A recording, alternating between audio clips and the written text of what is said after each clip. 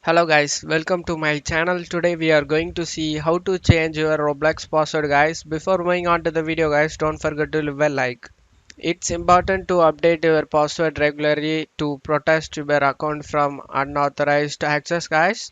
So to change your password, follow this step guys. You just need to open up browser, search for Roblox, click on the Roblox website. Make sure you logged in your Roblox website. After logging in, click on this setting gear icon and select settings.